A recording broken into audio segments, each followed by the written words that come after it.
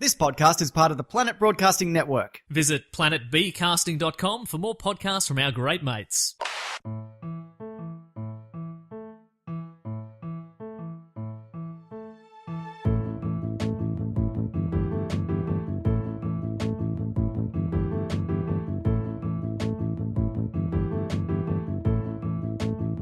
Hello and welcome to another episode of Do Go On. My name is Dave Warnocky and I'm here with the best people in the entire world. It's Matt Stewart and Jess Perkins. Hey, the best people in the entire world. I thought he was gonna, it sounded like he was gonna fuck us there, but he didn't.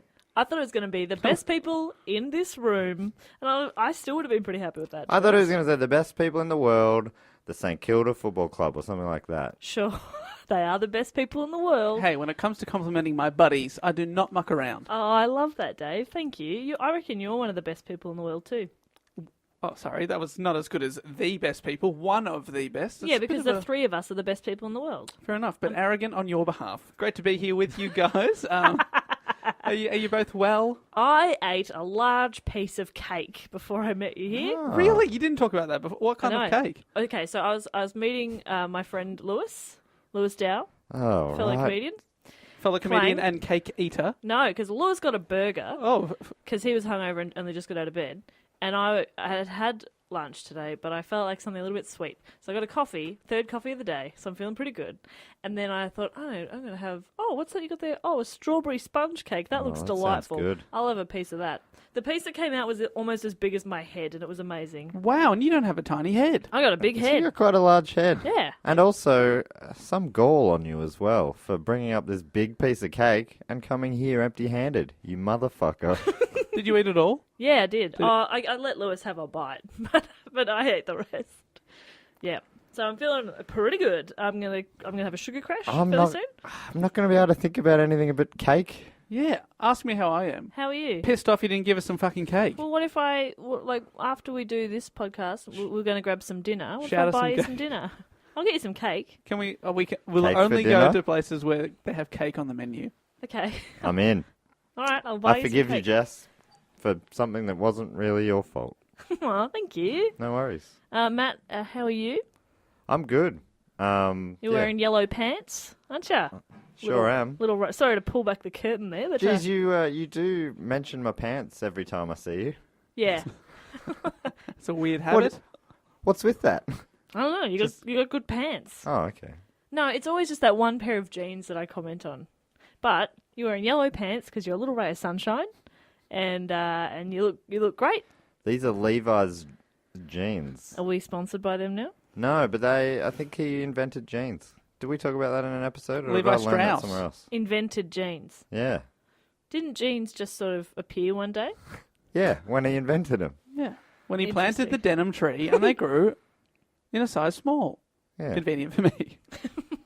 It wasn't until the jeans had offspring that we got the denim vest and the denim hat. That was a mistake. I'm wearing a denim jacket right now. I don't see it. She's lying to you listeners. I don't see denim. It's corduroy. Yeah, I'm cool enough to wear corduroy. Are there denim hats? That was Yeah, a bound to bad be. instinct. Surely in that photo of Yeah. Justin Timberlake and Yes. Britney Spears, is he wearing a denim hat? Oh, They're no. wearing so much denim in There's that so awful photo. Yeah. That was like for Halloween or something. And how right? he's still allowed to be one of the coolest men on the planet, I will never know. Hey. And so is she. One of the coolest men on the planet, yes. She's allowed to be. Yeah. Anyone can be cool. Yeah. It's just about believing in yourself. Yeah. That's the least cool thing you can do. That's what Believe in Jess's yourself. mum always said to her Yeah. It and is. me. And yeah, I appreciate that, She's Annie. a good lady. She's She a good wants lady. us to believe in She ourselves. fills me with self-belief. Yeah, she's great. Even when I really shouldn't have any, which is most of Most the time. of the time, yeah. No, she's a good lady. Now, before we hit record, Jess did say that this is her longest report ever, so should we get straight to it? So far we've ticked off cake talk, denim talk, and cool talk. We're done. I think we're ready to go. We're good. Because this is like a Dave Warnocky length report. But it's an interesting story, and I just sort of got carried away, and everything that I found, I was like, well, that has to go in. Well, that has to go in. And you wrote this before today as well. I did, actually, but Which even is- before yesterday. Ah. Isn't that amazing? I don't remember ever doing that myself. Did you miscalculate the calendar and you thought we had to record earlier?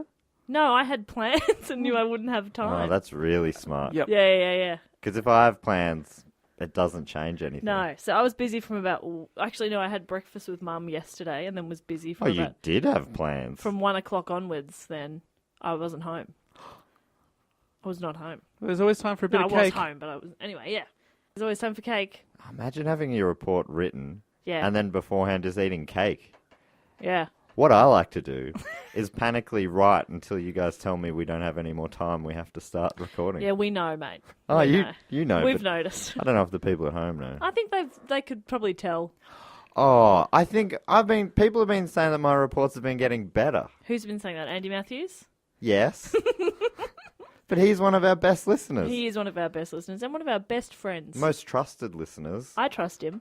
Because he gives me positive feedback. But he gives and me... I trust people who give me positive affirmation. But he gives me realistic feedback. I remember recently I said something a bit fucked on the podcast and you told him that I'd said something fucked and he said, really? I don't believe that for a second. He was being sarcastic and I was like, oh, I'm a terrible person. Oh, yeah. Andy Matthews confirms. But that's okay. All right, so yes, this is my report. Let's get stuck in. And as per usual, a few minutes before we started the podcast, I went, fuck, I haven't written a question. So you really shouldn't have had that fucking cake. I shouldn't have had that cake. Oh, can you work cake into the question? Yes. Great. No. I hope it's about Mary Antoinette. Me too. I was really having for that would be so good if it was, but it's not. Which Austrian cake lover? Was she Oh, Austrian? Yeah. I didn't know that. I didn't know that either. Well, even when I'm not reporting, you're learning from me. Yeah, we're always learning from you, mate. What not to do. Got him. Which Got him. Nostrian? Okay. That's someone who lives in a nose. That's terrible. Oh, I was here thinking that was really good. No. Thanks, Dave. You're a regular bloody Andy Matthews. Man, I'm teaching you so many things about Marie Antoinette, Okay. about comedy. Well, speaking of comedy, my question relates to it. Oh my goodness. Who is the most famous comedian of all time? Oh, interesting. Jerry Seinfeld, No. Billy Connolly. No. I wonder if it's modern or old. Because if it's old, I'm kind of thinking it's Charlie Chaplin. Boom! Maddie! Really? Yeah. Or if it's not him. Yeah, who else are you thinking? I was Sophocles. Yeah, I was thinking more modern times. I probably would have said Jerry Seinfeld. Mm-hmm. Billy Connolly. Is that what Dave said? Yeah, those are the exact two examples. Eddie that Dave said. Murphy's a big comedian. Steve Martin. Yep. But yeah, Charlie Chaplin's It's sort Charlie of the... Chaplin's the topic that I'm doing, yeah. Yeah, I'm gonna look. If I'm gonna have to... Are you gonna make me go with one? Yeah, I'm going to have to ask you to choose one. All right. I'm going to say... who's that guy who smashes fruit and then headbutts it? Con the Fruiterer? That's me. Oh, Dave. Sorry, yeah, Dave Warnicky. You're going to go with Dave Warnicky as Yeah, he the smashes watermelons the most famous on stage, comedian humps of them, all and then time. headbutts them. It's the copyrighted move, the hump and headbutt. The What is that H&H. guy's name? Gonzo. What? The guy who smashes watermelons on stage? I think you're thinking of Dave. He did it in The Simpsons once. He's like kind of the butt of jokes. He's a bit of Oh. a weird guy. Starts with G. Godfrey. Gallagher. Anyway, Gallagher. yeah, That's right, actually. It is Gallagher. Important. Oh. Important we got to the bottom of that. Thanks, great. Jess, for humouring me there. But I'm actually going to do the report on Charlie Chaplin. Great. if That's okay. very exciting. Oh, Charlie Chaplin. He was a comedian, wasn't he? It's really interesting. Do you guys know much about Charlie Chaplin? I know everything. Great. No, I don't. I don't really know much at all. Yeah, I guess I didn't really know all that much myself. Born in Austria, I believe. I know that Iron Man played him. Robert Downey Jr. played him in the 1992 film Chaplin. Yes. Correct. Oh. And actually, Jess, in did my you watch opinion, that film? I've seen it before. In my opinion, did a very good job. Oh. Yeah, but I mean, Robert Downey Jr. He's very good. This was suggested by a couple of people. It's been suggested by Michael Gledson via Facebook, and also Angel Rivers at Riversaw, who tweets to us. What a great name. Yeah, so good. Now, Angel said their suggestion was Charlie Chaplin's The Great Dictator. So it's quite a specific part of Charlie Chaplin, which I will talk about, but I'll also just sort of, I will talk about... There's a great porn title ready to be taken right there. Ah, there is too. There's a very good porn title. But I only do those on Patreon only episodes, so... Oh, come on, Dave. Give on. us a little taste. The Great Dick Taker. You are good at it. You are bloody good Is that at a real it. one? No, Oh, that wouldn't maybe. be That's gotta be. a silent porn movie You know what? in black and white Maybe that would be for the best. with the little tramp Little Anyway, given. so So you ignored his advice of going specific on the Great Dictator, and instead you've found a topic that's too big for yourself. good point. But I think it was interesting to talk about. I'm excited to Yeah. hear. So a little bit of backstory here. Get your mind in the right space. Towards the end of the 19th century, which Matt, what years was that? 19th century. That was kindergarten for me, I think. That sounds all right. The conventions of Victorian England had created a society that appeared well-educated, well-dressed, and well-mannered. But this society was on the verge of suffocating in its own prudishness. Well, Jess, you sound very clever. Can't believe you wrote that. Thank you.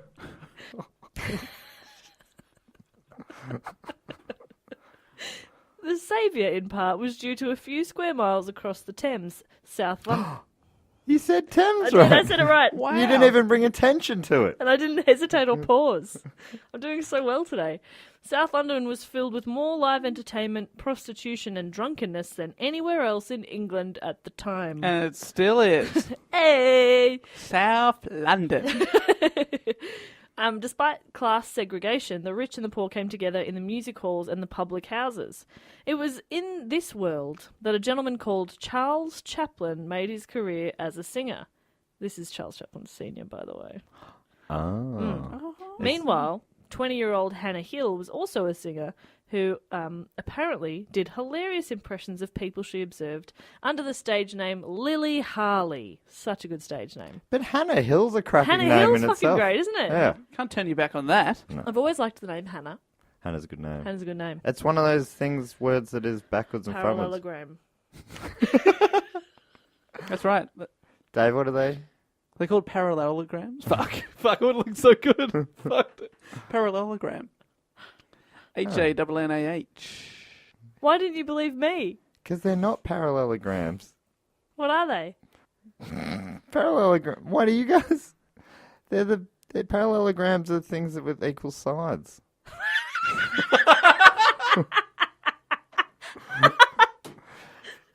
Parallel. You guys are definitely wrong on this, or am I being... It's called a... Oh, yeah. Parallelogram's like... It's not a square's a parallelogram. No, what is it? It's anything with four sides. And if they're like parallel. It's, Opposite sides are parallel. Yeah. What has happened early? The same. Backwards. They're What is called... that fucking word? Oh, I I'm was gonna sure know. Dave I'm would gonna do. fucking kill myself as soon as. Glenelg is one. It is. That's really good. Palindrome. Palindrome. No, I thought there was another word for it. No, It's not the word I was thinking of. Definitely palindrome. Parallelograms. I thought you guys were fucking with me. I was not fucking with you. Neither was I. And then all of a sudden I started to be like, wait, am I the one who is crazy? Palindrome. I'm thinking of a different word. Yeah, you think you're parallelogram. What I'm thinking of. Oh man. Anyway, Hannah's a good name. That was where we got. That's where we got that from. And I was so confident, wasn't I? But you were so confident I didn't even fucking question it. I was like, yeah, that's what it is. I was so sure. Anyway, Hannah Hill. She's doing impressions under the stage name of Lily Harley. In 1885, Hannah gave birth to a son, Sydney. To this day, the identity of Sydney's father remains unknown. However, 14 weeks after he was born, Hannah married Charles Chaplin Sr. 4 years later, on April 16, 1889, Hannah gave birth to Charles Spencer Chaplin. Charlie Chaplin. There we go. So, hang on, is that the same baby or is that the second baby? Second baby. Right. What? What do you mean same baby? Like, sorry, but I was just thinking that maybe... Don't worry, it's all good. I couldn't tell if they got married while she was 14 weeks pregnant. No, they got married 14 weeks after. Sorry, after that's where Sydney I got. was already existed. So Charlie's a little bit younger. Charlie's 4 years younger. Gotcha. A few years later, Charles Sr. was travelling around the US for about a year, and when he returned home, he found that he had a newborn son that he had not expected. What?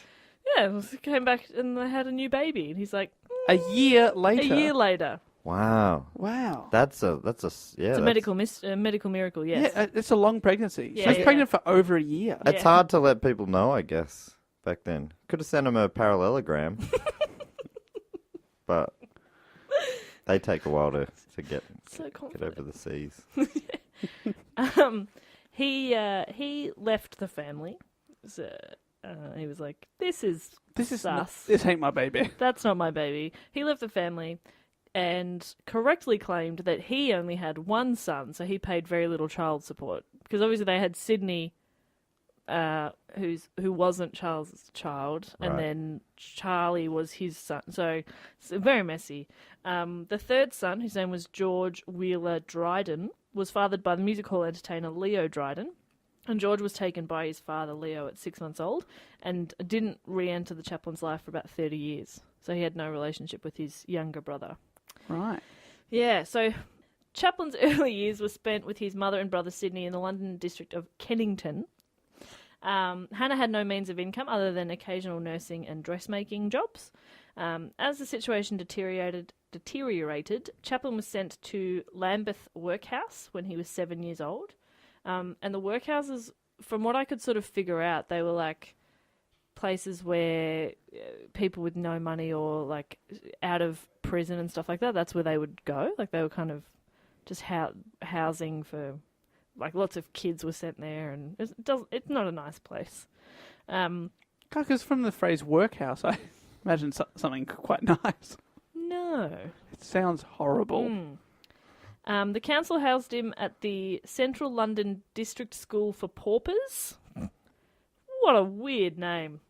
Which Chaplin remembered as a forlorn existence, which I guess makes sense for a school for paupers. He was briefly reunited with his mother 18 months later before Hannah was forced to readmit her family to the workhouse in July of 1898. And the boys were sent to Norwood School, which was another institution for destitute children. So he had a pretty rough childhood. In September of 1898, Hannah was committed to Cane Hill Mental Asylum. She developed a psychosis, seemingly brought on by an infection of syphilis or malnutrition. Oh. But she was committed, so... No, I mean, dedication, I think, is one of the first things you need to do. It's the first signs of mental illness, yeah. Yeah. Yeah, Dedica- over dedication. Over dedication, yeah. That's why I keep it loose. Loose and free. You're aloof. Yeah. You're so aloof. For the 2 months that she was in the Cane Hill asylum, Charlie and his brother Sydney were sent to live with their father, but they barely knew him because he'd obviously left the family when they were quite young. Charles Sr. was by then a severe alcoholic, and life there was bad enough to provoke a visit from the National Society of the Prevention of Cruelty to Children. So we can assume from that it wasn't a nice place living with their dad either. His father, so Charles Sr., died 2 years later at 38 years old from cirrhosis of the liver. So from alcohol. Booze hound. Yeah. But at least he was committed to his drinking. And that takes guts. Speaking of guts. Takes guts and it his ruins liver, your guts. Yeah. It fucks him up. No good. Thanks for stepping on my joke there, fuckhead. Nah, good on you. Oh, I thought this was a team game, Dave, Jess. hold my hand. Dave, stop resisting. Hold my hand. We set him up and Dave David. steals the jokes. You know how the Matt. team... Make Dave hold my hand. He won't hold it. He's holding. Thank you. He's holding it. He just I'm He's doing the clasping. minimum. clasped off his little thumb. He's doing a minimum hold there. There we go. That's nice. We're all okay. Hannah entered a period of remission, but in 1903 she became ill again. Charlie, who was then 14, had the task of taking his mother to the infirmary, and from there she was sent back to Cane Hill, the asylum. And he lived alone for several days, searching for food and occasionally sleeping rough, until Sydney, who'd enrolled in the Navy 2 years earlier, returned. So his brother's 4 years older than him and came back to stay with him because their mum was not well. Hannah was in and out of care for a long time until she eventually passed away in 1928. Fuck. So How old was she there, approximately? I'm not actually sure. 1928. I'm not sure how old she was. Assuming she was born in 1900, she was 28. But, I mean, that is a big assumption. Well, okay, hang on. We can figure this out. So she was roughly 20.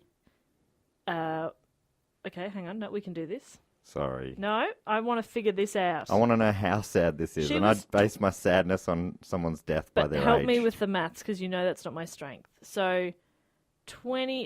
It says she was 20, and she gave birth to Sydney in 1885. So let's say she was 20 in 1885. So she was born in 65 and she died in 28. So that's 35 plus 28, Dave. 63. 63. So not bad. in the olden days, that's, Good innings, yeah. but not still a great young. life. Yeah. So, Okay. Matt, how Tough sad are life. you? How sad are you? I'm still pretty sad about it. Yeah? Yeah, that sounds like a sad story. Yeah, just like I had no idea of such a rough upbringing.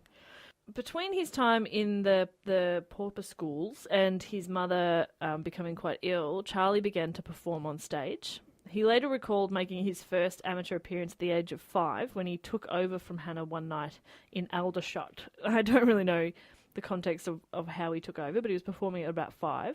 By the time he was 9... Mum, I've got this. Yeah, don't worry, I'll do the impressions tonight, Mum. Yeah. Hey, everybody. I don't know why I'm American and I'm young, but I'm here. But I'm here. You're an impressionist, that's why. That's right. And that is my impression of a young American. Next. By the time he was 9, Charlie had, with his mother's encouragement, grown interested in performing. And through his father's connections, Charlie became a member of the 8 Lancashire Lads clog dancing troupe. That sounds sick. I want in. So good. Well, thank God his dad had a connection to that Yeah, big break. You got to get into the clog Gotta get a dancing. big I wonder break. if they're still going. If our English listeners can let me know. I don't think they are. And How are any English people no, listening? there's none of them. Dad, do you reckon your dad would have any connections, Matt, to get you into the not clogs? if he's been holding out on me this long, This whole time. I'd be furious. Secret clog dancer. I would genuinely be pissed off if he's off clogging and holding that back from me. I'd be furious. I can't see that being the case. He definitely. He knows that that's something you would want to do. He Yes. couldn't hold that back from you. If he could claim ignorance, then you could maybe understand. But in this case, I mean, you talk about clog dancing. I live to clog. I clog to live. Which is hard because I don't have clogs or access to a clog lad crew. Hmm. Well, unfortunately, Well, if your dad's been clogging and he's not been telling you, he deserves the flogging. That's all I'm saying. It's he's very he's hard. clogging for a flogging. He is clogging, and it is really hard to become a top line clogger without clogs and without clog mates. Yeah. Are you confusing jogging with clogging? Which one's which? Jogging's much cheaper because you can don't do need it. any specific footwear. You kind of do. Joggers? You need joggers. You need access to joggers. Can't really do that in flip flops, can you? I do. I know you do. You're a bloody renegade. I've got really sore feet all the time. So anyway, with this clog dancing troupe, he toured English music halls throughout 1899 and 1900. Do you reckon he had to beat off the women because he's just... He's you a know. child. But he's also a He's clogger. early teens. Why would he be beating them off? Oh, Oh, good. Charlie worked hard. come here, I've got a clog. Charlie worked hard, and the act was very popular with audiences. But he was not, Including women. he was not satisfied with dancing and wished to form a comedy act. In the years As if clogging isn't funny enough. In the years that Charlie was touring with the 8 Lancashire Lads, his mother ensured that he still attended school, but by age 13 he'd abandoned his education. He supported himself with a range of jobs while nursing his ambition to become an actor. At 14, shortly after his mother's relapse, he registered with a theatrical agency in London's West End. The manager sensed potential in Chaplin. Was like, you're going to be a star, kid. It's the early 1900s. Anyway, this person was ahead of their time and spoke like it was the 40s. And Charlie was promptly given his first role as a newsboy in Jim, A Romance of Cocaine, which Sounds fantastic. Also lends its name to a porn title quite well. Yep. But once again, I only do those on the Patreon episodes. Dave, Come on, mate. come on. Come on, mate. A romance of cocaine. Come on, mate. What do you got for us? I can't see any No, obvious no. ins here, so Oh, good ins. luck. Interesting. Belowmance of cocaine. I mean, he's bloody good. Blowmance Of cocaine. of cocaine. So the play opened in July of 1903. And he's newsboy. He's newsboy. What a role. The show was unsuccessful and it closed after 2 weeks. Oh. Chaplin's comic performance, however, was singled out for praise in many of the reviews. So even though it was a dud, he was still a star. Newsboy was a star. Newsboy stole the show. The director of that play secured a role. I've got your paper here. Oh, he's very good. Governor, I got your paper. And your cocaine. Is that so in your porn spin off, I guess the paperboy comes around, he knocks on the door. He said, I got news for you. Like, Unzips his pants. well, we don't have a subscription to the news, but I do have a pool you could clean. Why are you doing that with your shoulders while you... Because I'm a single young woman left all alone. in a big empty house? Big empty Are house. you on With a a cross dirty trainer at the pool. time? Yeah, I've got a big empty pool out back.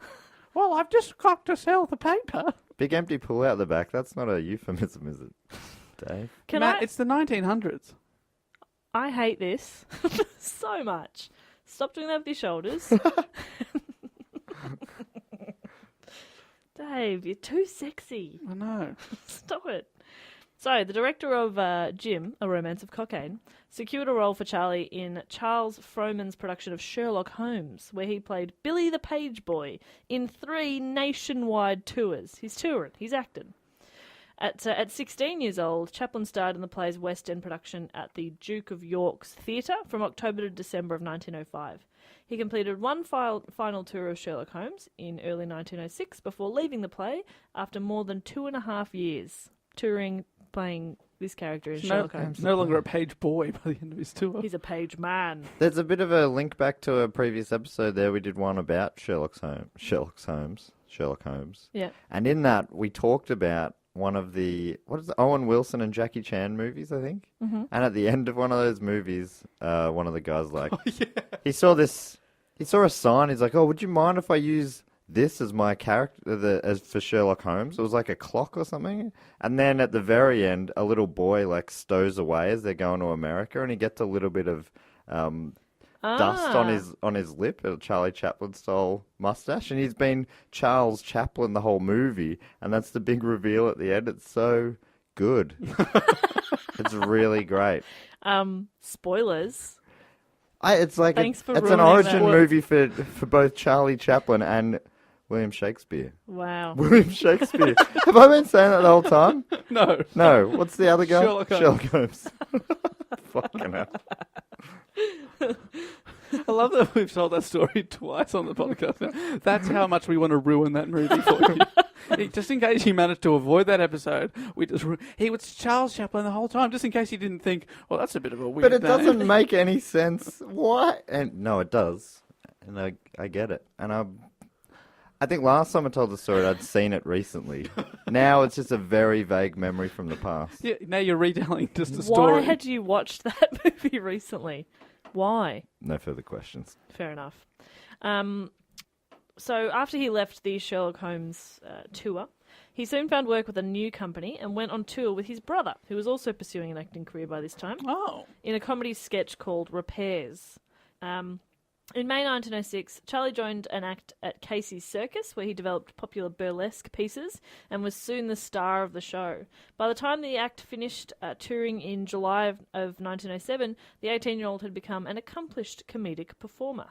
He struggled to find more work, however, and a brief attempt at a solo act was a failure. So at this stage, he's still sort of working in groups. That's the opposite of solo, so that makes sense. Variety shows and the like. Yeah, exactly right. Meanwhile, Sidney Chaplin had joined Fred Carno's prestigious comedy company in 1906, and by 1908 he was one of their key performers. In Feb, he managed to secure a 2-week trial for his younger brother.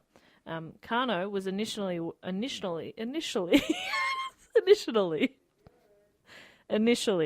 wary and considered Chaplin a pale, puny, sullen-looking youngster who looked much too shy to do any good in the theatre. I relate to this character. Puny, pale, sullen-looking. Who... He sounds hot. Too shy to do any good in the theatre. Mm-hmm. I've said that about you. Preach it. However, the teenager made an impact on his first night at the London Coliseum Yes, I did. and was quickly signed to a contract. He began playing a series of minor parts, eventually progressing to starring roles by the following year in 1909. In April of 1910, he was given the lead in a new sketch, Jimmy the Fearless. It was a big success. Jimmy the Feelers. Feelers. And Charlie received considerable press attention. He's starting to get a bit of a name for himself. Carno then selected this new star to join the section of the company that toured North America's vaudeville circuit, and Charlie headed the show and impressed reviewers, being described as one of the best pantomime artists ever seen here. His most successful role was a drunk called the Inebriate Swell, which drew him significant recognition. Their titles are incredible. So good. The tour lasted 21 months, and the troupe returned to England in June of 1912, and by October, they were heading off on another tour. They're hitting the road. So he's kind of making it as an actor, and not like making the big bucks, but it's his living. Should be doing all right. Yeah. 6 months into the second American tour, Chaplin was invited to join the New York Motion Picture Company. This is where he's starting to get his foot in the door in film. Ever heard of it, boys? You heard of film, Yeah, I think so. Matthew? Oh, yeah. Yeah, I know it. A representative who had seen his performance thought he could replace Fred Mace, who was a star of their Keystone Studios, who intended to leave. Oh, Fred, where are you going? Fred, what are you doing, mate? Well, you'd know where he's... Fred, obviously you know his name from the next project he did. Fred Mace. Yeah. Yeah, what did he do? He invented a new kind of horse. He's a horse breeder. Yep. He invented a new kind of horse? Yeah. Uh-huh. How do you invent a horse? Bits and pieces. Pop them together? Yeah, stuff you found around Bit the of trial house. and error? Yeah, it revolutionised. You guys that know the Fred Mace horse. Did he sew dead horses together? Yeah. Like Frankenstein? Look, I'm not, are you guys fucking with me? I'm very confused. You're very confusing. This is a very long report, Matt. Just let me get through it. See. So they wanted him to join Keystone Studios. Now, Charlie wasn't a fan of Keystone's comedies, but he rationalised that it was an opportunity to get into film and start a new life. So he met with the company and he signed a $150 per week contract, which in equivalent now would be about $3,600 a week, which is a pretty good contract. It's good money. And that was in September of 1913, so he's making $150 per week. So he's gone from like having nothing as a child and then touring with these acting groups, and now he's making some good money. So he arrived in LA, home of the Keystone Studios, in early December of 1913, and his boss was Mac Sennett, great name, who initially expressed... Was it Mac? Mac Sennett. Sennett, who initially expressed concern that the 24-year-old looked too young. Oh, I'm relating. Yeah, you get it. Relating. He was- Have I ever told you about this? I got cast in an ad where the... All right, mate. We've all got stuff going on. Well, I did until I got kicked off the ad because the character was 18 to 24. This was last year when I was 25. And then the people who, like, I was cast in or whatever, and then the people who were paying for the ad to be made, the company, looked at my photo and went, he's way too young to pass as 18 to 24. And I was older than 18 to 24. I mean, I know that's annoying, but also, like, won't you be grateful for that when you're, like, 50? Yeah. That's what people say. Yeah, they fucking say it. Is that true, Dave? I'm not 50. Okay. We I'll don't let you yet. know. We'll check in. Matt, you'll get to 50 first, obviously. Obviously. Soon. Unless you catch me. Catch me if you can. Which will only happen Good luck. only happen if you die Which I don't... before I don't 50. want that to happen. Oh, that's very sweet, Jess. Hey, Dave, just to get paid for that ad? I didn't get paid, so That's bullshit. that's why I was sad. That's bullshit. So you understand. I'm relating to this guy. He's Yeah. great. So Charlie wasn't used in a picture until late January, and during that time he's just kind of trying to learn the processes of filmmaking and trying to sort of pick up on how they make. He's trying to films. learn how to direct. He's like, Just doing impressions of directors. Cut! Is that right? Am I saying that right? Look, mate, just get off the film set. We're trying to film here. Action. Look, seriously, you've got to leave. Cut. Are you directing me? I'm the director. And that's how the student became the teacher. So Charlie made his film acting debut in the one-reeler Making a Living, and it was released on the 2nd of February 1914. He hated the picture. He hated it, but one review picked him out as a comedian of the first water. Not sure what that means. First Not sure what that order? means. Water. I would put that quote all over my comedy festival poster. Comedian of the first water. I'm guessing just like, you know when you're, I don't know. You know when you're giving out water and the best water goes to the best people? Yeah. First water for you, but you get the shit water for the losers. For the losers. So he's first water. Right. Speaking of which, I'm going to have a sip of my first water right now. Please Oh, enjoy. you got first water. Yeah, I've got third water in my cup. I just got slops, which is, it's sub water. But that's why I'm a comedian of the first water kind. You are. For his second appearance on camera, Charlie created the costume that he would go on to be identified with for the rest of his life. The character, who became known as the Tramp, debuted to audiences in Kid Auto Races at Venice. Some of the movie titles are so good. This is great. so funny. And this is what Chaplin said about the Tramp. So he said, I wanted everything to be a contradiction. The pants baggy, the coat tight, the hat small, and the shoes large. I added a small mustache, which I reasoned would add age without hiding my expression, which is a good point. I had no idea of the character, but the moment I was dressed, the clothes and the makeup made me feel the person he was. I began to know him, and by the time I walked on stage, he was fully born. What an actor. What an actor. I can relate to a lot of that as an actor myself. Yeah. How so? Please do tell. Because you've been on a few commercials and not been kicked off because of your young looks. Yeah, I know. On all the acting work I do, I often wear small hats and big shoes. You demand it. I demand it. They say, but Matt, this is a scene set in a swimming pool. Yeah, I say, too bad. Give me big pants, small shirt, please. And Tight hat. and once I get them on, and I'm in there in the pool, drowning under the weight of the clothes, I'm like, yeah, I think I know who this guy is. Yeah. He's about to die. Yeah. He's dying. Yeah, he's dying now. He's being resuscitated. He's splurting water back out of his lungs. Mm-hmm. He's in an ambulance.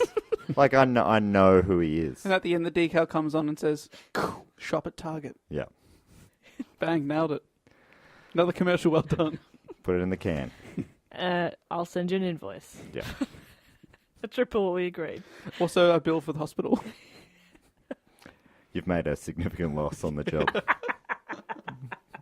And it will not succeed at all. Great, yeah, so it's so wonderful to have two prestigious actors here. Yeah, we can pick apart Charlie's Get your Yeah. feedback. early work. Let me know if you have any questions.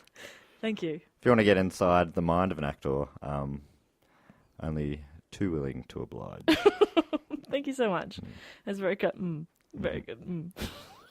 Inside the Actors Podcast Studio. I can't do it like you can. I can't get deep enough, I think. Do it? Just Is like, that- no, it's just one.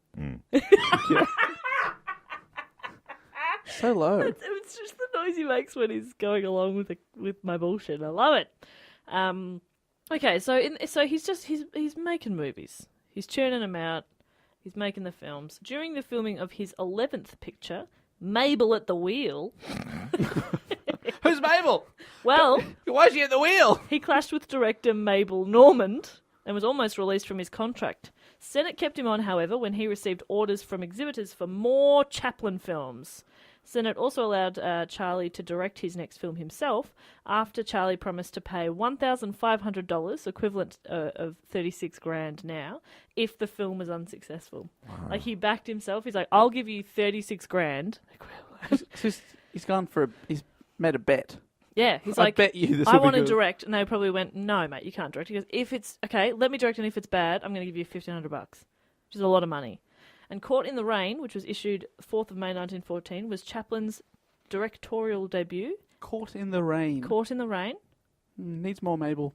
And it was Yeah, we need a place and a name. Everything else is Gary doing the dishes or something. the place is court, Okay, sure. and the activity is the rain. Surely In the Rain is the place. Yep. I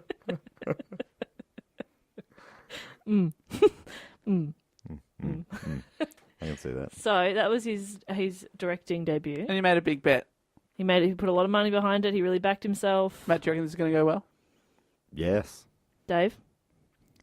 I'm also in the yes camp. You're both correct. It was highly successful. Made it! Mabel, go fuck yourself. He did it. Thereafter, he directed almost every short film in which he appeared for Keystone at a rate of approximately one per week. What? They're making movies. They're making a movie a week. Mabel at the wheel, Greg in the castle, Johnny does something. Johnny does something. That's not Dave blanking. That's what one of them was called. Yeah. Oh, I've got the list of his filmography in front of me. I'm reading them out. Johnny does something. Kate has a... Just to save money, they actually started doing Mabel at the wheel. Mabel lost something under the seat. Mabel ducks into the back. Mabel has a look in the boot. Mabel fills up petrol. Yeah, maybe get some groceries. Mabel has some Mabel time. Oh no, that's No porn titles there, Dave. That's moving into your industry there. My industry. That's right, I am a porn entrepreneur. Charlie's films... Entrepreneur, sorry. I had to. I'm so sorry. No, never apologise. That was great. Charlie's films introduced a slower form of comedy than the typical Keystone farce that they were used to, and he developed quite a large fan base because of this. In November of 1914, he had a supporting role in the first feature-length comedy film, Tilly's Punctured Romance. Directed by Sennett and starring Marie Dressler, it was a commercial success and increased his popularity. When Charlie's contract came up for renewal at the end of the year, he asked for $1,000 a week, which would have been equivalent of $24,000 A week. a week. That would make you a millionaire. Yeah. And Sennett refused as it was too much money. So at this time, the S&A Film Manufacturing Company of Chicago sent Chaplin an offer of $1,250 a week with a signing bonus of $10,000. Right, so even more than he wanted. Even more than he wanted. So, yeah. So he joined the studio in late December 1914. And plus, so that signing bonus is about $250,000. Which would have made him a millionaire. No, it makes him a quarter of the way to a millionaire. Oh, okay. Interesting. But if you worked for a year, you become a millionaire. Okay. So this is where he started to begin forming a stock company of regular actors that he used quite a lot. So that included Leo White, Bud Jamison, Paddy Maguire, and Billy Armstrong. Such good names. He soon recruited a leading lady. Her name was Edna.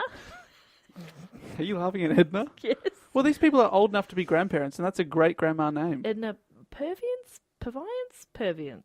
Edna. Just going to call her Edna. He met her in a cafe and hired her on account of her beauty. So that's a good feeling. So acting ability, 100. 100. She went on to appear in 35 films with Chaplin over 8 years. And they dated for a little bit. Just for a tiny little bit.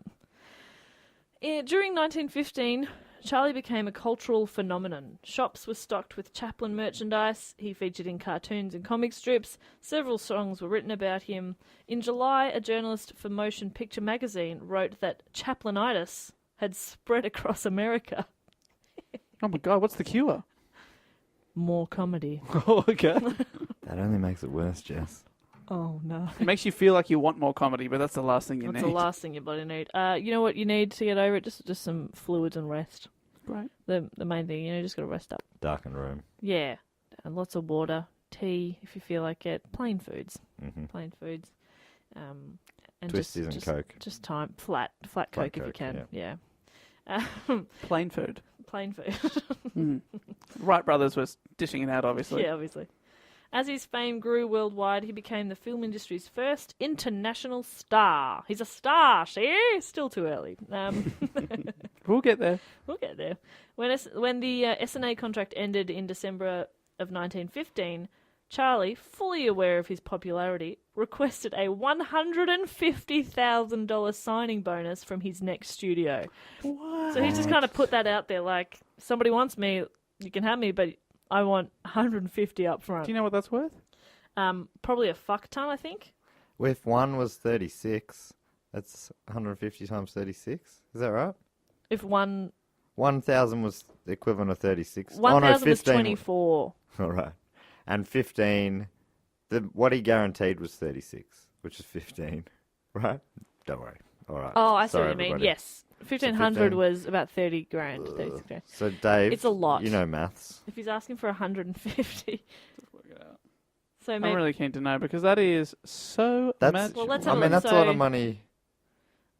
so let's say 1,000 was $24,000. And he's asking for 150. It's $3.6 million. Fucking hell. That, I guess that probably, like in today's language, that isn't like it. No, yeah, sometimes they there make would be actors 25 who- million for a film. Yeah. So maybe he isn't being. But at the time, probably movies weren't That's seen just as a being that signing serious. bonus. Yeah, did So, anyone Yeah. did That's- anyone do it? well, he received several offers, including Universal, Fox, the best of which came from the Mutual Film Corporation at $10,000 a week. On top of the bonus, like the signing bonus. Wow. So he's making 10 grand a week. So that's $250,000 a week. That was sort of their... So here's what it was. So a contract was negotiated with Mutual that amounted to $670,000 a year, which Robinson says made Chaplin, at 26 years old, one of the highest paid people in the world. In the world! That's awesome. He's our age, though. And back then, he's making 670 grand a year. Right, Back and their then- money. Jeez. It's insane. The high salary shocked the public and was widely reported in the press. That is incredible. Yeah. Apparently, the studio president, a guy called John R. Fruller, explained, "We can afford to pay Mr. Chaplin this large sum annually because the public wants Chaplin and will pay for him." So it's like, well, he'll make the money so we can afford to give it to him. It's amazing. Mitchell gave Chaplin his own Los Angeles studio to work in, which opened in March of 1916. And in 1917, professional Chaplin imitators were so widespread that he took legal action. And it was reported that 9 out of 10 men who attended costume parties were dressed as the tramp. That can't be right. 9 out of 10. You look around, you're like, what the fuck? But also it says it was reported that 9. So it's like, who does that research? Yeah. The 10th person's come as the king. And they're like, what the fuck are you wearing? This is a Charlie Chaplin party, mate. It's insane. So Charlie was he was working on stuff, but he wasn't churning out like heaps A and movie heaps a week? Not a movie a week. Because he wanted to make his own Art. work. He wanted to make his art Bit and he of art wanted to do house. it right and yeah. So eventually the contract with Mutual ended, but it ended quite nicely. They were very patient with his slower rate of putting out content, but it was, yeah. Did he put out any bangers with them? I think so. I don't have them listed here. Okay. But yeah, no, he was Kate drinks a hot chocolate. Yeah, because I'm wondering when he gets to the movies that we've heard of, which aren't, there's not heaps of them, but there's yeah, Well, what have you heard of? The Great Dictator's the most famous Great one. Dictator. Yep. Charlie Chaplin Goes to the Doctors. Tramp, Tramp Stamp. Tramp Stamp 2, Back in the Habit. Formers. More Than Meets the Eye. Yeah. Anyway, so Charlie's primary concern in finding a new distributor was independence. Sidney Chaplin, then his business manager, so Sidney's just taken over as his business manager now, he told the press, Charlie must be allowed all the time he needs and all the money for producing films the way he wants. It is quality, not quantity, we're after. Very good, Sidney, very good. Well said, Sydney. Oh, Sidney, very good. In June of 1917, Charlie signed to complete 8 films for the first National Exhibitors Circuit for in return for $1 million. Back That then, would too. make him a millionaire. That would make him a millionaire. Even by their terms. Even by their terms, he is now a millionaire. He chose to build his own studio situated on 5 acres of land off Sunset Boulevard with production facilities of the highest order, only the best. So this was completed in 1918, and Charlie was given freedom over the making of his pictures. So now he can make whatever he wants to make. So he joined forces with Douglas Fairbanks, Mary Pickford, and D.W. Griffith, D.W. D-dubs. To form a new distribution company, United Artists. There you go, I just knew that. How did you know? I just knew that he was the founder of United Artists. How did you know? Trivia, I think. Dave's a real trivia buff. You know that, Jess. Don't you know that? I did not know that. You didn't know that about Dave. How Loves has that to not? triv. How's that not been mentioned in this It's weird. It hasn't this come up. podcast, which is largely trivia based, to be Yeah. honest? Yeah. Feels like it might have almost been the first thing trivia we is the reason for this mentioned. whole show. No idea. There you go, you learn something new every day. And I think they were also involved in the Academy Awards being set up. Ah, there you go. Episode 3. 4. Fuck. Idiot. The arrangement was revolutionary in the film industry as it enabled the four partners, all creative artists, to personally fund their pictures and have complete control. Chaplin was eager to start with the new company and offered to buy out his contract with First National, but they declined this and insisted that he complete the final 6 films he owed them. So he agreed to 8 and did 2 and was like, can I just buy you out? And they're like, no. Can I give you that $30 million back? Make 6 films. So he's like, ah. Like, that's so many. Like he drops his arm out. Oh, Mama.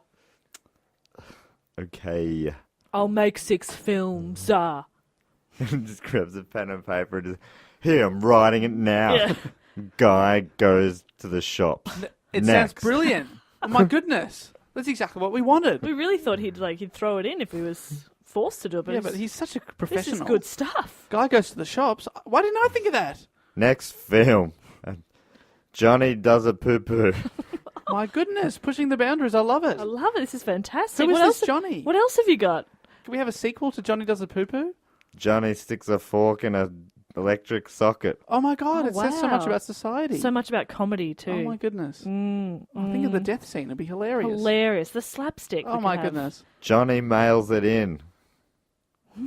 Johnny, so he survived. It's a cliffhanger episode.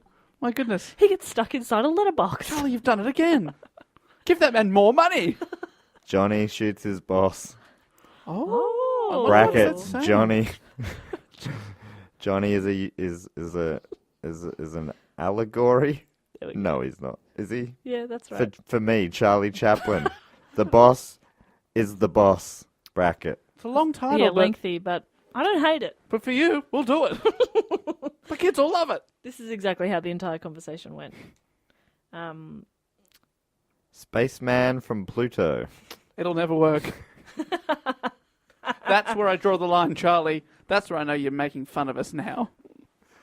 A little bit of his personal life here. His personal life. Oh. Before the creation of United Artists, That's how I knew it.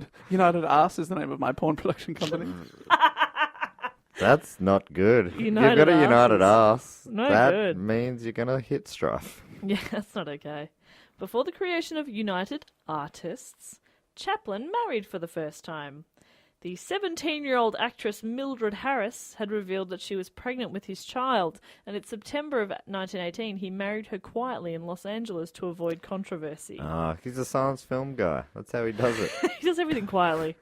He's one of those people that just like accidentally sneaks up on you. You know, he's always startling you because he's so quiet. Getting you pregnant. Yeah, he's always getting you pregnant. Startling you. Oh, no. Soon after, the pregnancy was found to be a false alarm.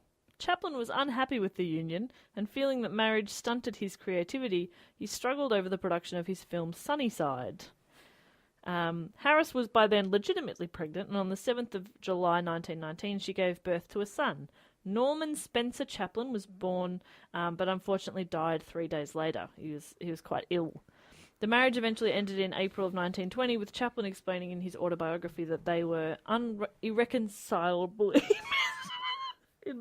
irreconcilably. There's a word missing from that sentence. Irreconcilably. Mismatched.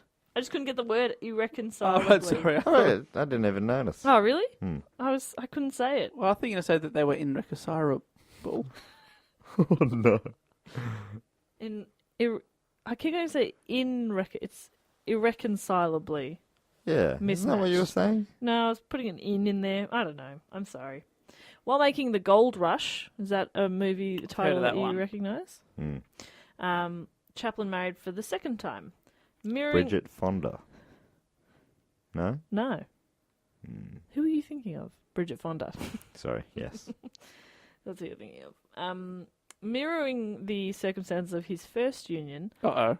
Lita Gray was a teenage actress, Oh my goodness. originally set to star in the film, whose surprise announcement of pregnancy forced Chaplin into marriage. How old is he this time? He was 35, she was 16. Oh, Oh no. no. Why isn't that known?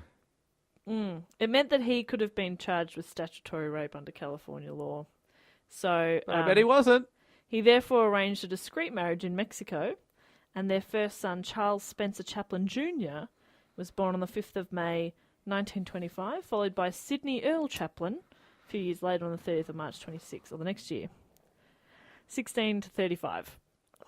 Like, what would you talk about, you know? You just don't have the same interests. Well, they're both actors. What are you doing at school?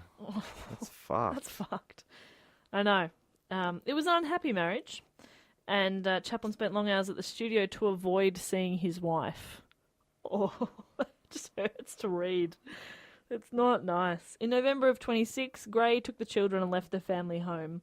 A bitter divorce followed, in which Gray's application accusing Chaplin of infidelity, abuse, and of harbouring perverted sexual desires was leaked to the press.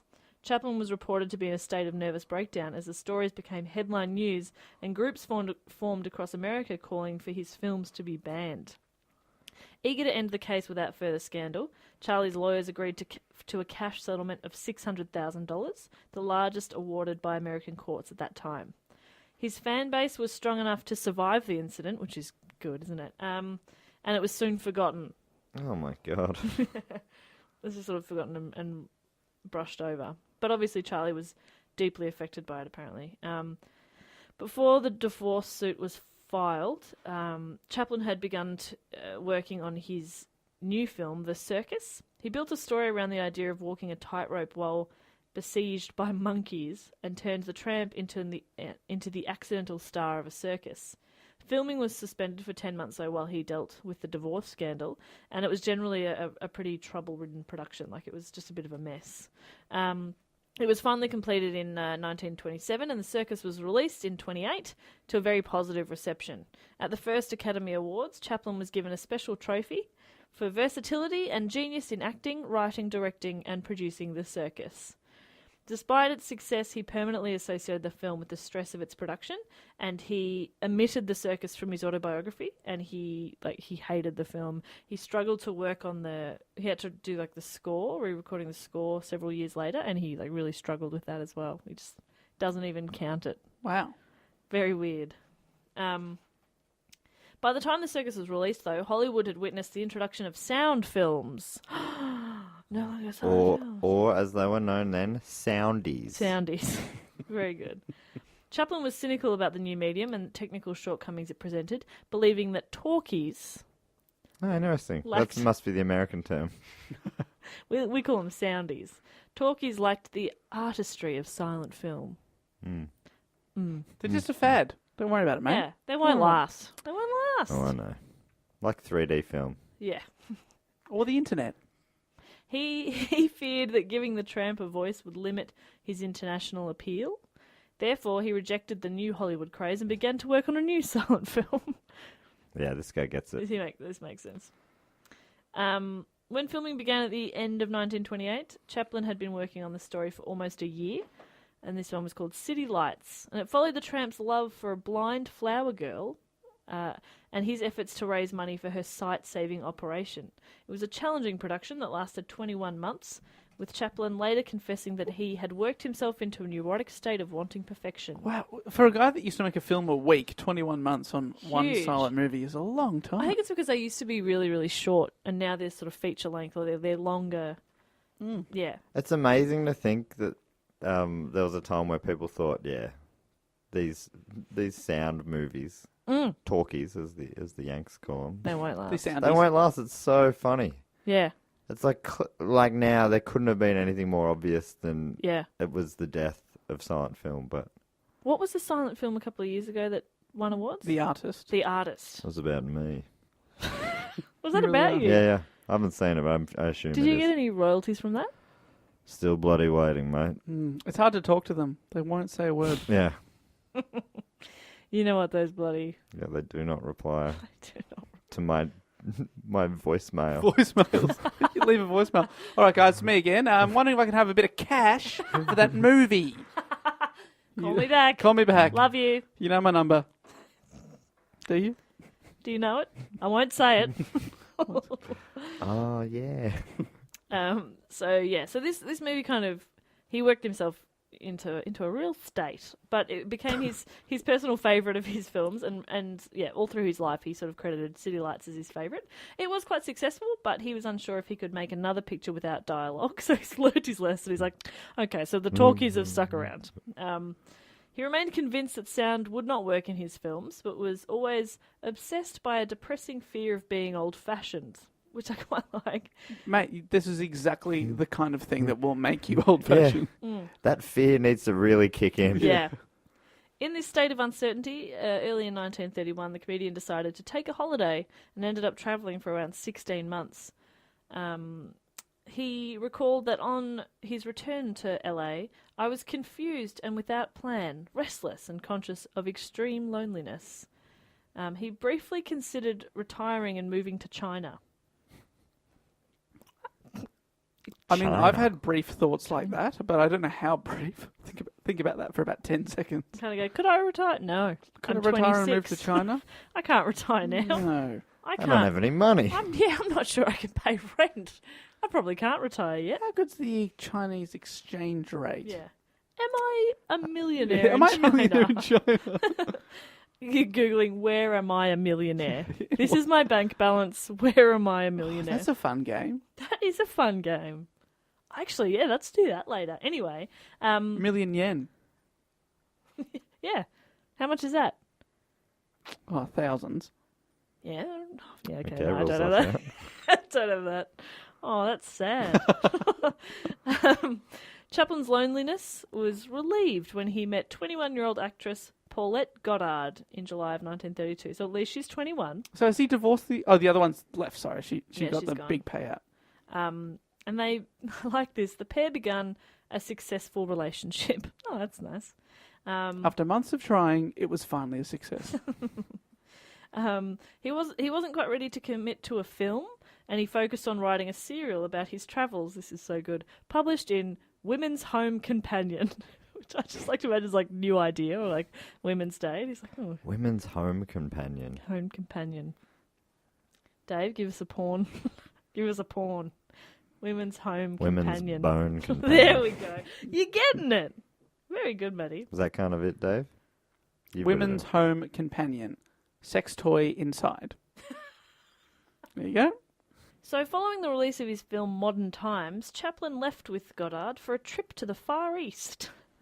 The couple had refused to comment on the nature of their relationship, and it was not known whether they were married or not. So they go so far east that they arrived back home again. Yeah, they just Oh, kept shit. going.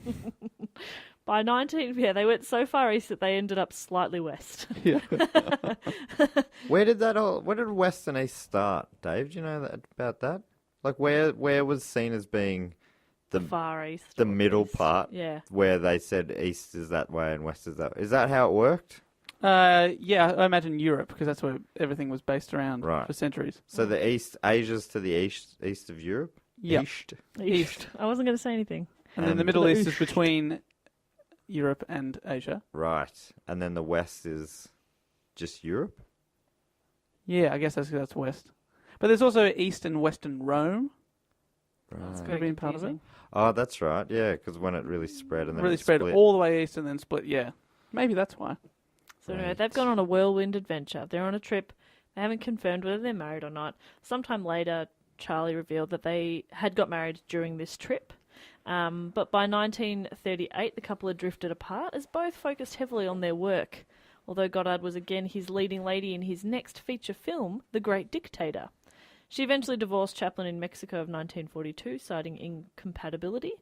And yeah, so Deciding he's not a good person. he's done it again. It's always weird when you have to state a reason. Yeah. Like, I well, don't Yeah. wanna. do I need one? Yeah, why do you need a reason? It's always these days. It's always irreconcilable differences. That's what they always That's say. the classic, which makes sense. That's why people break up. We can't. Can't work out these differences we've got. Yeah, but it is funny you got to put a You word got on to it. put so a like, word. yeah, just don't wanna. Yeah, Don't want any I'm more. over it. I guess because it's a legal thing. I don't like him anymore. That should be enough. Yeah. No more love. Yeah, we don't love each other. It's probably not healthy for us to be together anymore.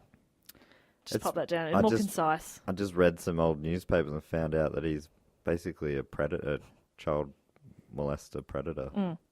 And that I just thought That upset me "Nah, a little bit. Charlie Chaplin, why is he still working, or married to me? Yeah. Both of those don't both sit well. big questions. Could sum that up in one word: incompatible. There we are. See, it's more concise. In brackets, with a pedophile. Incompatible with a pedophile. The 1940s. The 1940s. We're Yeah. finally Oh, there. thank God he lived long enough for this. The year was the 1940s, see? And Chaplin faced a series of controversies, both in his work and in his personal life, which changed his fortunes and severely affected his popularity in the United States. The first of these was a new boldness in expressing his political beliefs. Deeply disturbed by the surge of militaristic nationalism in the 1930s world politics, Chaplin found that he could not keep these issues out of his work. Parallels between himself and Adolf Hitler had been widely noted. The pair were born 4 days apart, both had risen from poverty to world prominence, and Hitler wore the same toothbrush moustache as Chaplin. No, by the way, they were never seen in the same room. So Really? Oh, interesting. Is it interesting, Dave? Oh, God, I know. I was just waiting for it. Now, let me just say, I know we've made a lot of jokes on the show, but I've got a confession. Dave, are you crying? Yes. Hey. I have to come out and say that I am not a Nazi sympathiser. What? What are you? I know I've been playing along with it. We made a joke very early on, and I've had to play this character that's been dictated to me. Dave, don't fuck with me on this. We've been talking about this for 86 weeks. I'm sorry. I've got to come out. I'm coming out of the closet, the Nazi closet. I'm not a Nazi. You know, I always... I'm so confused No, I now. always had my suspicions that What? he was going along with it for our benefit, and Why would you go along with it if you weren't I think just right he's into brave, it? because he's brave. And Dave, I just want you to know that, regardless of this new news, that you are not a Nazi sympathiser. Thank you. That's the truth. I just want you to know that I love and accept you. You still respect me. Absolutely. I'm still funny If not, without this little gimmick. I think I accept you and respect you more. For not being a Nazi. Yeah. No, to be honest, looking back, there were signs. There were signs when we would make the jokes and he would protest. Was that the sign for you? No, there were just times where he definitely could have shown signs of upholding the Reich, and he didn't. He chose to be more. He did show love a lot of times when he could have shown hate, and I should have probably thought then that maybe he isn't who we thought he was, after all. Yeah. So I mean, this is an exciting time. So Thank you. let's move forward then with our Chaplin report. And now, Dave, the fun part is, if more Hitler references come up, you get to bloody pile on with us. Great, I fucking hate that guy. Yay! Nobody likes Hitler. What a dick bag. Am I right? Yeah. I'm starting to... Do you see it? Do you see it now? Yeah, but I mean, was Hitler Okay. Man becomes the Nazi on the show. Please take Was this he? burden. Was he though? Yeah, let's share it around. We'll take a year, 86 episodes each Oh, of, that'd be great. of being the sympathiser. Love that. Anyway, guys. Anyway, so the physical resemblance, obviously, between them supplied the plot for Chaplin's next film, The Great Dictator, which directly satirised Hitler and attacked fascism. I mean, mate, you're a slapstick actor and you're really taking on the big issues. And I respect that. So he spent... Also quite ironic, he's attacking fascism. Yeah. Good one. He spent 2 years developing the script, and filming started in September of 1939, 6 days after Britain declared war on Germany. He had finally given in to using spoken dialogue, partly out of acceptance that he had no other choice. But now he's going to speak German. Yeah, but also because he recognised it as a better method for delivering a political message. Is there anything but spoken dialogue? I guess there is, right? So the written stuff on the screen, that's still dialogue. Of course. Spoken dialogue sounded really funny. Like, yeah, Yeah, duh. Yeah, the Academy Award for Best Script displayed on the screen. Well, yeah, I suppose, yeah, because before there would have been, you know, when Yeah, it came just up with little- the title screens? Yeah. Yeah. So... That's still dialogue. And he thought for a little while that was going to see off. Yeah. He's like, Soundies. this is Come all on, we mate. need. This is all we need. So yeah. Amazing. I wonder what he thought about colour. Because there were people when colour came in, they said the same. They're like, it's a fad. Colour Yeah, TV. probably, right? Yeah. Genuinely. insane. Yeah, Yeah, they did. It's so funny. Making it easier to call people on the other side of the world. Pff, bullshit, that'll never happen. Why would you want to do that? People won't adopt to that. Cheaper phone bills. Good one, mate. We're happy paying $600 a month. Apparently, people thought mobile phones would never take off. Definitely. Cell phones, yeah. Well, they were just for business people. That's right. Yeah. And then they had no idea that teenage kids We're would be bloody... the ones. I'm on them all day, mate. I'm on it right now. Just tapping away. Tap. Some people- I'm always on... I'm hacking the mainframe. Some people still think that vaccines are a fad. That's true. They won't take off. All right, let's not get into our own political Dave's about to opinions do here. another hot take. Here we go. My hot take is that you should definitely vaccinate your child, and if you don't, you're wrong. We've just lost 25% of our audience. I don't know why I picked 25%. That's pretty high. It is. You guys seem reasonable. That's higher than standard. Anyway, making a comedy about Hitler was seen as highly controversial, but Chaplin's financial independence allowed him to take the risk. He was like, whatever. He was determined to go ahead. But bankroll my This own is so money. good. This is such a good quote. He goes, I was determined to go ahead, for Hitler must be laughed at. Probably didn't say it quite that triumphantly, but I think that's pretty funny. And I agree, we should laugh at that man. Yes, we should! But not laugh at me. So Chaplin replaced the tramp, but wore similar attire, with a Jewish barber, who was a reference to the Nazi Party's belief that he was Jewish. For some reason, the Nazis thought Charlie Chaplin was Jewish, so he created this character as like a response to that. In a dual performance, he also played the dictator Adenoid Heinkel, who parodied Hitler. Sorry, I was laughing at Adenoid. Yeah, first letters, Adolf Adenoid? Hitler. Hinkle. Very good. Very Took good me a while indeed. to crack the code. But also, wasn't Hitler a fan of Charlie Chaplin before this movie came out? I heard that he was hurt by it. Oh, really? Yeah, he was like, oh. Oh, no, I just sympathise a bit with him. Oh, no! I can see how easily you fall into the trap. I thought that was kind of cute. I was like, oh, he was offended by it. That's how he gets you. Much like everyone else was offended by everything you did or stood for. So, okay. Just, oh, because I imagine like a little cartoon, like kid Hitler, like, oh, guys. Mein friend. I can see the cogs ticking in your head like joke. There's a joke here. I can't get there. It is. Boom. The film generated a huge amount of publicity. A critic for the New York Times calling it the most eagerly awaited picture of the year, and it was one of the biggest money-makers of the era. Made a lot of cash. A lot of Skrilla. The ending was unpopular, though, and generated a lot of controversy itself as well, because Chaplin ended the film with a 5-minute speech in which he abandoned his barber character, looked directly into the camera, and pleaded against war and fascism. I don't know why I find that funny. Just like breaking character, just barrel the camera, just have a rant for a Have you second. seen it? It's quite a long rant as well. I 5 think. minutes. Yeah, That's a long rant. that is a long rant. She says over an hour into the podcast. The Great Dictator received 5 Academy Award nominations, including Best Picture, Best Original Screenplay, and Best Actor. In the mid-40s, Chaplin was involved in a series of trials that occupied most of his time and significantly affected his public image. The trouble stemmed from his affair with an aspiring actress named Joan Barry, with whom he was involved intermittently between 1941 and the autumn of 42. Barry, who displayed obsessive behaviour and was twice arrested after they separated, reappeared the following year and announced that she was pregnant with Chaplin's child. This just keeps on happening. He is a fertile little bugger, isn't he? How old was she? I'm not 100% sure, but she was not a teenager. Cool. Chaplin denied that the child was his, and she filed a paternity suit against him. This is a bit strange. The director of the FBI, J. Edgar Hoover, who'd long been suspicious of Chaplin's political leanings... Oh, he was crazy, though. He suspected everyone. He used the opportunity to generate negative publicity about Charlie Chaplin. So he's like, aha. I've got you. I've got you now, Chaplin.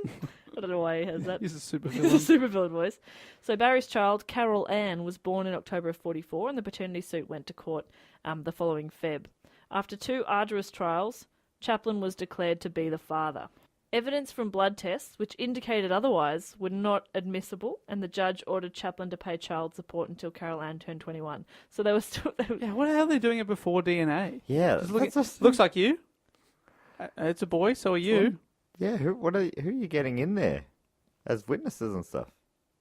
No, there were blood tests But they weren't shown, so they weren't. that indicated he wasn't the dad. Yeah, but they weren't. They were inadmissible. Yeah. Or whatever the word Yeah. meaning. Isn't that weird? Yeah. So I mean, what was the trial about if I they don't weren't know. using science? I don't know. Also, I love that J. Edgar Hoover is suspicious of his leanings, even though he's done a 5-minute rant against fascism at the end of his film. Oh yeah, maybe that's what he was suspicious. Maybe he thought he was a commie. Media coverage of the paternity suit was influenced by the FBI, as information was fed to the prominent gossip columnist, Hedda Hopper, fucking good name, and Charlie was portrayed in an overwhelmingly critical light. So this was really damaging for him. Oh, poor thing.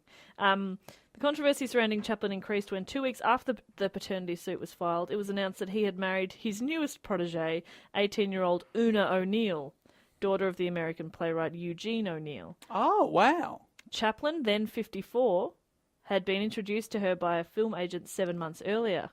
In his autobiography, When she was 17.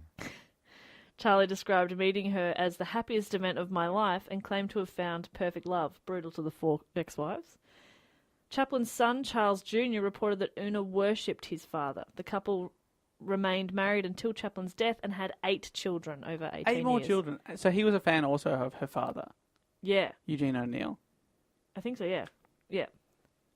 Wow. You know Eugene O'Neill? Yeah, he wrote A Long Day's Journey into Night, which I think is one of the best plays I've ever read. Oh, cool. I think he's a 3-time Pulitzer Prize winner. Dave, you watch plays, you don't read them, mate. This guy. He's so embarrassing, isn't he? Chaplin claimed that the Barry trial had crippled his creativeness. I mean, he keeps blaming lack of creativity on anybody else. Like, mate, just own it. Sometimes we all go through ruts. Get in the House of Mirrors, bud. Yeah, come on, mate. And it was some time before he began working again. In April of 46, he finally began filming a project that had been in development for a couple of years. It was called Monsieur Verdot, and it was a black comedy of the story of a French bank clerk who loses his job and begins marrying and murdering wealthy widows to support his family. Sounds hilarious. So funny. Well, his inspiration for the project came from Orson Welles, who wanted him to star in a film about the French serial killer Henri Désiré Landru. I'm so sorry. Oh, life. Desiree. Oh, life. Live. Do. That's who it's about. Chaplin decided that the concept would make a wonderful comedy, and he paid Orson Welles $5,000 for the idea. There you go, Orson. Wow. Isn't that kind of cool? I think that's the main reason I wanted to keep that bit in, is because I like Yeah, that he that's just cool. bought the idea off Orson Welles. I like that idea. Here's $5,000. Okay. All right, have fun. Well, because you mentioned you should do a movie about this guy. That's a great idea. I'd be pitching him ideas all the time. Just think he picks one. Especially when he's in this rut of lack of creativity, he'd be taking anything. Yeah, and he's like, here's $100,000. You're like, All thank right, you. thanks, deal, see ya. Again, he used this film to vocalise his political views, and he criticised capitalism and argued... That's right. Criticised capitalism after paying $5,000 for a one-sentence idea. Very good. Fight the power. Fight the power.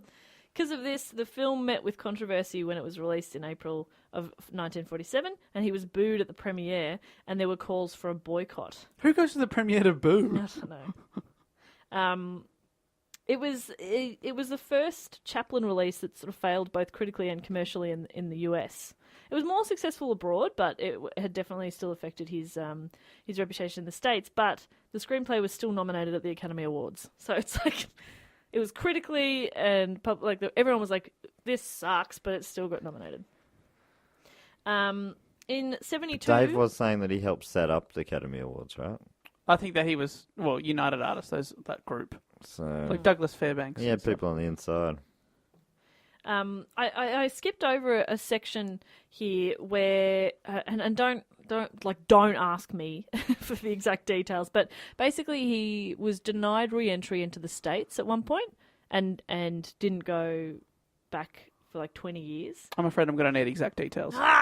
I said don't. It was just like there was already so much information and I'd grabbed so much. I was like, this report is going to go for 17 years if I don't just sort of skip ahead. Right, so he's kicked out. Yeah, he was kicked out of the States. 20 years. Yeah, so... How long does he live? Well, in 1972, the Academy of Motion Pictures, Arts and Sciences offered Chaplin an honorary award, which was sort of seen as America wanting to make amends because America kind of turned their back on him a little bit, and that's why obviously he was denied re-entry and he just stayed away. So he was initially hesitant about accepting, but he decided to return to the US for the first time in 20 years. The visit attracted a large amount of press coverage, and at the Academy Awards Gala, he was given a 12-minute standing ovation. That's too long. That is- Man, I'd hate it. I'd want to sit down. Sounds awful. 12 minutes. That doesn't sound right. It's the longest in the Academy's history. 12 minutes. Usually they play you off after 25 seconds That should be the longest in... in history. This is They before learnt. they were televising it, I'm guessing. Imagine just what... we're sure. going to go to a break and There's we'll be footage back of it. with more standing ovation in just a few minutes. There's footage of it. I saw it on Jesus. on YouTube. He was like visibly emotional. He's makes an acceptance speech. He accepted his award for the incalculable effect he has had in making motion pictures the art form of this century. That's the name of the award? No, that's just sort of the reason they gave him the award. Don't be a fucking smarter. No, it's weird. Yeah, it's just, when Yeah. the award was just honorary award. Yeah. So I want to touch on a couple extra things, and I'll talk a little bit about his legacy. But the end is near, boys. By October of 1977, Chaplin's health had declined to the point that he needed constant care. In the early morning of the 25th of December, 1977, Chaplin died at home after suffering a stroke in his sleep. He was 88 years old. Wow, it's a long time. He lived to 88. The funeral, which was a couple of days later on the 27th, was a small and private Anglican ceremony. This is... I just find this a little bit weird. On the 1st of March 78, so a year after he'd not even actually, a couple of months after he'd died, his coffin was dug up and stolen from its grave by two unemployed immigrants, Roman Wardis from Poland and Gancho Ganev from Bulgaria. The body was held for ransom in an attempt to extort money from Una Chaplin. The pair were caught in a large police operation in May, and Chaplin's coffin was found buried in a field in the nearby village of Neuville. It was reinterred in the cemetery where it had been found, and it was reinforced by concrete. People stole his coffin That's weird. That's for weird. ransom, but only a couple months after they'd buried him. It's Weird. He was already dead. He's not going to be able to pay that ransom. no. They Dear have Mr. not Chaplin, thought this through. they're just knocking on the coffin.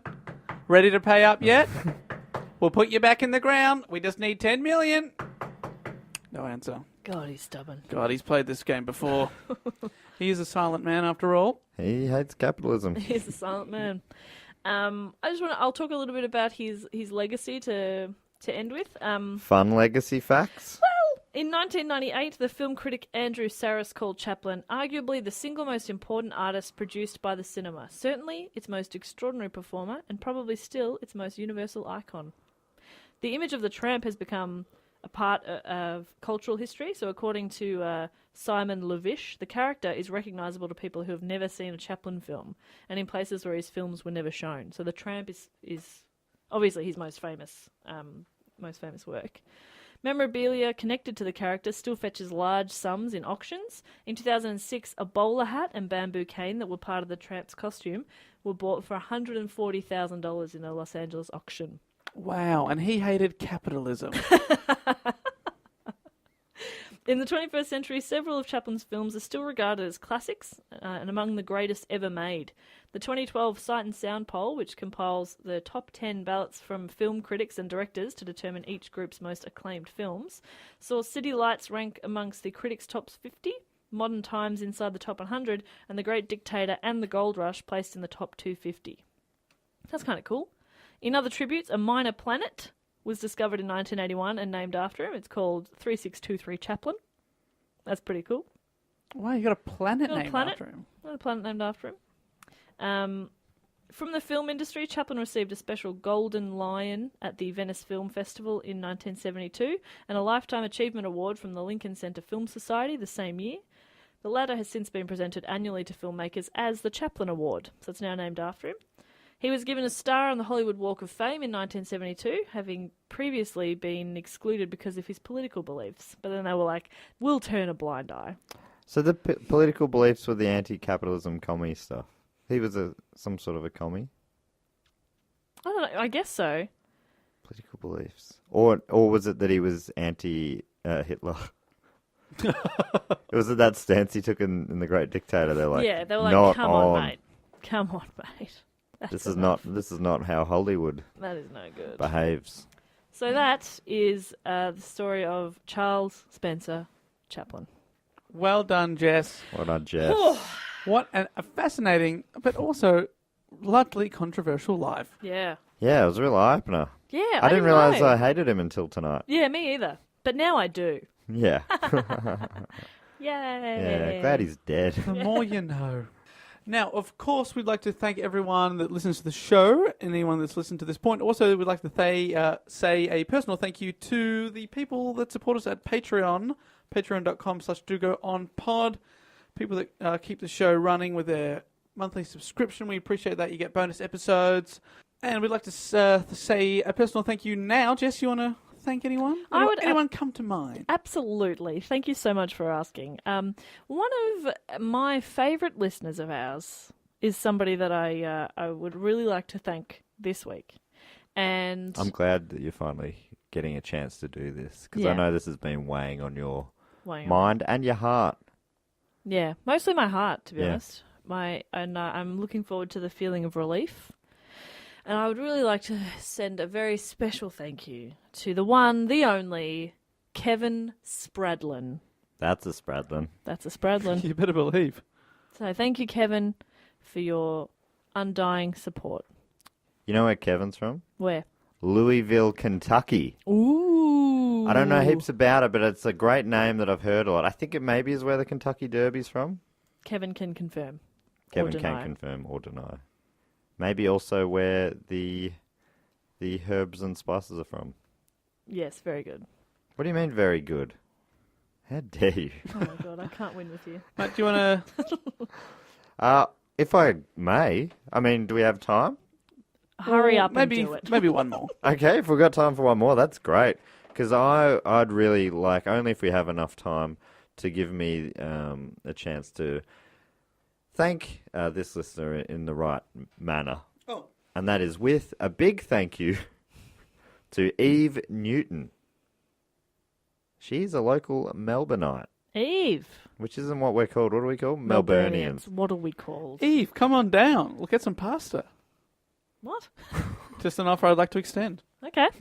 I don't... Just for pasta? What if she doesn't want to get... What if she feels more like Mexican food? Well, or... she fucked it. Okay. Eve, the offer is for pasta and pasta only. Thank you. What type of pasta? what Are if you going to she's got dictate what type of pasta she gets to eat? Penne only. Penne what? What type of sauce? No sauce, just penne. I'm not rich. Eve, don't come. Are you calling that is penne only your Newton's law? Oh, that I'll sucked. stop it. I'll stop it. That sucked.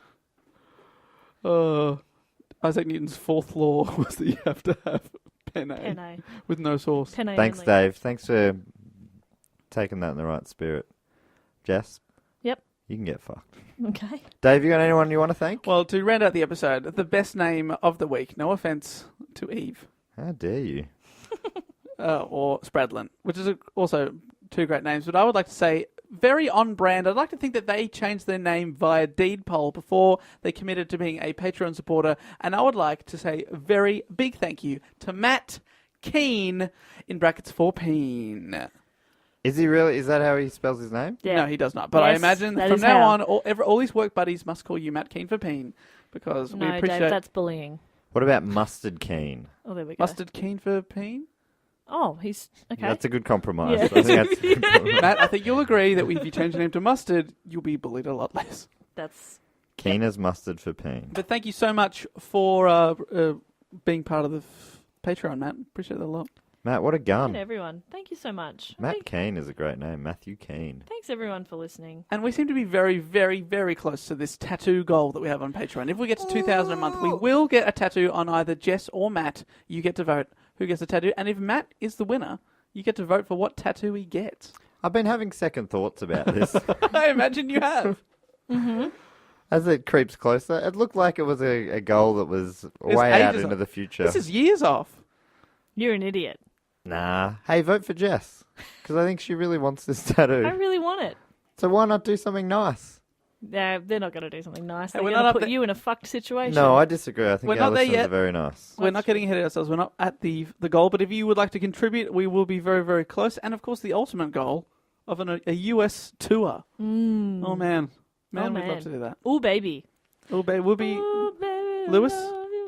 Louisville. Louisville will Every be there. day. Yay. God, he always trumps us with that deep, deep voice. Love your way. Well, as they sing you to sleep, ladies and gentlemen, I'd like to say thank you for listening. Matt will be back with a report next week. And until then, hit us up on Twitter, Facebook, Instagram. The links are in the description of the podcast, but it's at Do Go On Pod for everything. And dogoonpod@gmail.com if you want to email us. Matthew.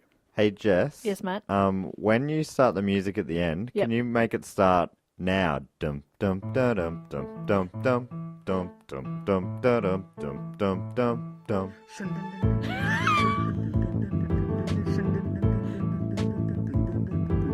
That'd be really great if you could. No problem. Thanks heaps. All right, guys, until next week, I will say goodbye. Laters. Bye. This podcast is part of the Planet Broadcasting Network. Visit planetbcasting.com for more podcasts from our great mates. I mean, if you want. It's up to you. It's up to you. It's up to you. It's up to you. It's up to you. It's up to you. It's up to you. It's up to you. It's up to you. It's up to you.